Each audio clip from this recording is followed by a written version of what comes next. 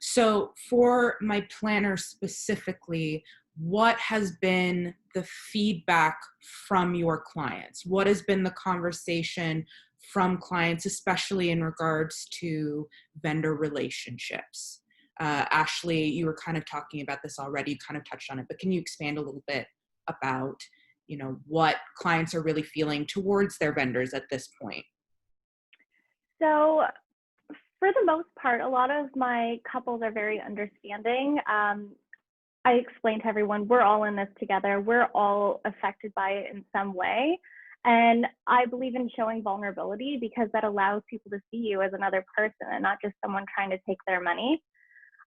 So for majority of my couples, they are very understanding. I have had a few feel as though vendors are trying to take advantage of them because they aren't returning deposits that are non-refundable.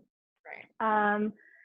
I mean, that's something that we're kind of tackling, but a real issue when it comes to the wedding itself that couples are dealing with is the people that they want there to be there and not have to split everything up.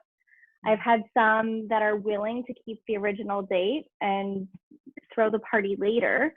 But it just comes down to them wanting to be with their friends and family and wanting to celebrate with everyone. So that's a major obstacle that I see a lot of couples facing. Okay. Khrystyna?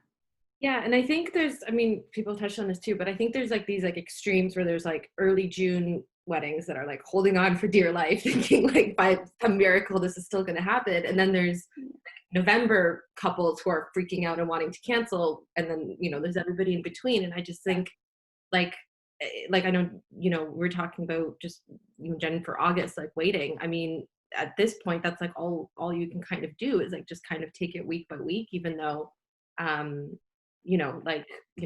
was saying, like July 3rd, you probably know you can't have 300 people, but they're not letting you kind of make a backup plan yet. So there's all these different things that are happening. I mean, my clients have been very, I've been lucky that they've been very understanding and they kind of approach it, I think, in the order that they should and just kind of making sure that everyone's available, not just like, sending out a date saying, hey, here's our due date, like, hope you can make it, Right. I think it's been happening to some people too, but no, like they are approaching it, I think, in a very good way. And just, again, me knowing the emotional side of it, I'm just like constantly trying to tell them like how much I support them and how they can come to me with any of that kind of stuff as well. But as far as deposit, it's been such an interesting conversation because I started, even with my clients in October who have asked, what if we do need to postpone, like, what's the plan, or like, what's in our contracts, and can you help us look into this? Or like, have you been dealing with the venues already? Like they are asking it, but they're not ones to right now say, we're still booking vendors for October. Like they're not ones to say, okay, let's like do it now. Which is I think how we should be approaching it right now, because again, even though we can't see into the future, I do think, things will have to open up. And I think fall weddings will happen at this point. Like that's just like, what we're all thinking. But, yeah, as far as just approaching that conversation of saying, just so you know, like your deposits are deposits, they will not be refundable. Everybody is very, like you said, actually working together and just kind of really trying to help everybody, move things and be as reasonable as they can be. But at the same time, just explaining that, we're people behind these businesses too. And we're personally just as affected as everybody else, and, with our work and, health and family and other things. So, yeah, just sort of hitting that home that we are in this together and we do understand. And I think they do respond very much to the fact that I am an engaged wedding planner telling them this, and now them knowing I've postponed. We do really appreciate, I think being told kind of both sides of that. And Right. And Caroline?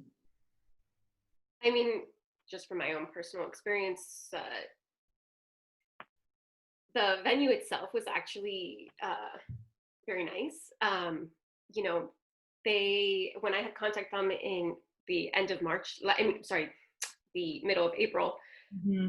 No, actually, I did contact them the end of March to just ask, like, what is, with everything that's going on, like, what's the procedure, what are the policies? Right.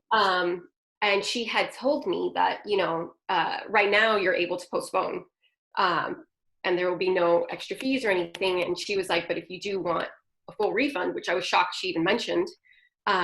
She said I would have to wait until, my wedding date actually fell within the guideline of, events can't be held. And, the border still had to be closed between the US and Canada, so making it impossible for us to even attend. So I was shocked she mentioned that. And I was like, oh, wow, okay, that's a possibility. Like, that's a lot of money that we would get back. Right. But for all our other vendors, like our photographer, our DJ, our florist, those deposits that we put down would be non-refundable. And I completely understand because, that's their livelihood. And right. Now if, they won't be getting the other half of their deposit, for the rest of this year, that's going to be hard on them. Right. So as you even brought up with the vendors, photographers, how has, what has the conversation been like? Because that is a different conversation from a planner, of course. So Jen, what have you been experiencing on your end with your clients? I've had a bit of a mix. Do you mean like in terms specifically about like retainers and that kind of stuff, or just like general? Yes, that. And I think that we're kind of, the planners have a bit of a different perspective because we kind of hear about everybody. And I think that, when we're getting into photographers or venue, you start to hear about you specifically. So it's a very different perspective from us who get to hear about all of the people that they're like, why is this person doing this? Or why is this like this? Or how can I do this? Or what's my next step?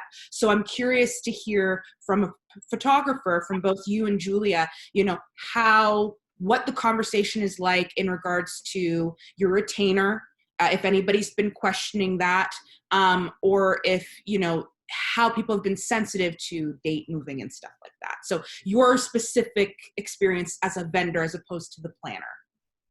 Yeah, so and for me, like with my experience in my business, I would say that I actually don't have planners that I'm working with for a lot of my weddings. So sometimes I'm not doing planning obviously, but I do get confided in quite a bit. So I do know what's been going on with me and my clients, but I also have been hearing from them. Mostly it's about, I know a lot about the venues, and because normally they're talking to me and their venue, we're kind of the main ones that they're trying to work with in terms of dates. Right.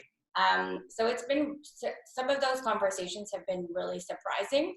I just think it's hard for our couples to understand that, sometimes venues, there just isn't the flexibility. And I think that, couples I think it'll be helpful for them in this journey to just kind of try to let go a little bit of, the expectations of having a Saturday wedding. Like, it might need to be a Friday, and it'll still be the same day. It's just a Friday instead of a Saturday. So I've had a lot of talks in the last month with other photographers. So I kind of also have a feel of, what the general consensus is. And I would say that across the board, like, retainers are non-refundable. That's kind of a standard clause. Yeah. But I do know that people have been waiving a lot of the, like, for me personally, I have already before the pandemic in my contract, I had a date change fee, as well as they would be subject to current pricing. So for me personally, I've had 8 weddings postponed. So basically everything from March until my own wedding in August. I have no weddings until then. I think there's 1 or 2 that are still kind of dealing with their venue, who, same as Jenna, like, they're not letting them really postpone, but it's clear that they'll have to. So yeah, it's been a bit of a mix that way, but I think that, I think couples just need to understand that, people are trying our hardest to kind of help people postpone and kind of walk them through this process. And there's just not always people just aren't able to give retainers back. That's kind of the bottom line.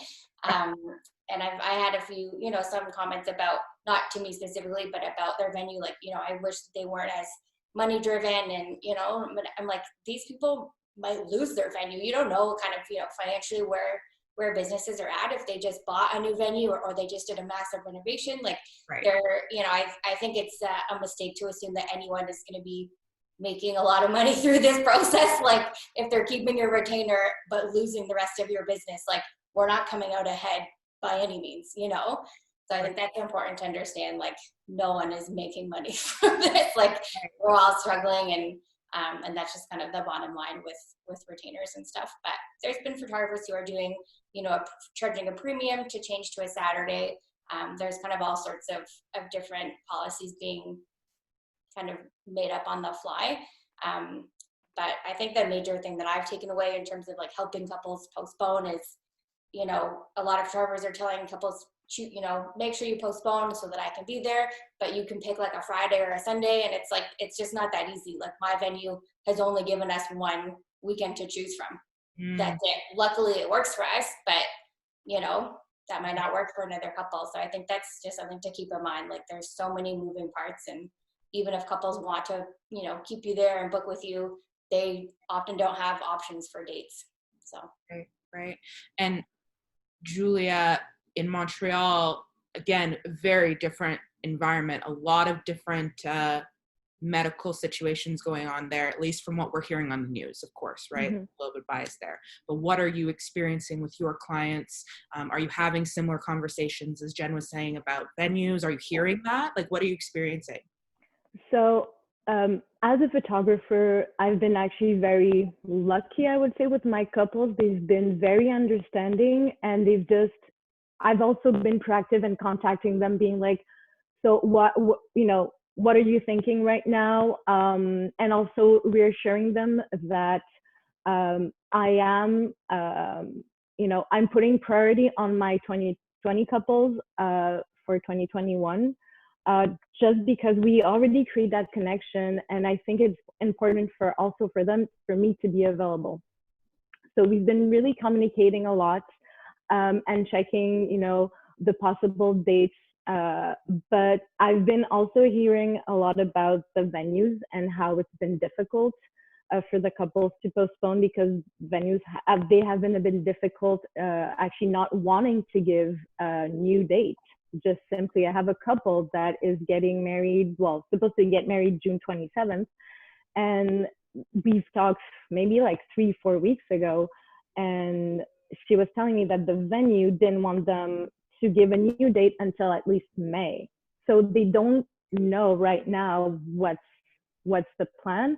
So I'm still also waiting for them to give me a new date. But at the same time, I have other couple postponing for next year, and my 2021 is getting booked. It's getting very, very fast. So I try to be flexible. I try to be understanding, and it's not hard because I totally understand. I am in their shoes. So that's also been, I would say, helpful. And my couples also know that I was supposed to get married. So we have that conversation, and they also ask about my wedding and how I'm doing. And I think that's been very nice. In like, I would think the positive side of this is that we, yes, we are businesses, and it's very important to our livelihood. And for sure, money, it is important, to pay our bills and everything. But at the end of the day, we are all humans, and we have feelings, we have struggles, frustration. And I think it's important to have that conversation with our couples. Like I said, I have been very lucky. They haven't been, for the retainer, I am not, giving back the retainer because it's a retainer. But, it hasn't been questioned.